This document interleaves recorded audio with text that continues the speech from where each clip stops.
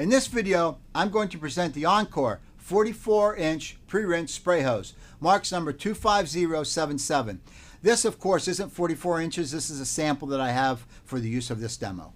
I have many customers tell me that the number one problem with pre-rinse spray hoses is that they break at the connection point to the riser. That particular point takes a lot of stress from the hose being tugged and stretched. Let me explain. There is a riser supply tube going up the front of the wall from the valve, and the pre-rinse hose threads down onto that riser tube, and the connection is the Achilles heel. This hose gets stretched and abused a lot during the course of serving 3 meals a day, and if the hose is going to break, and it will, it's going to be at that threaded connection.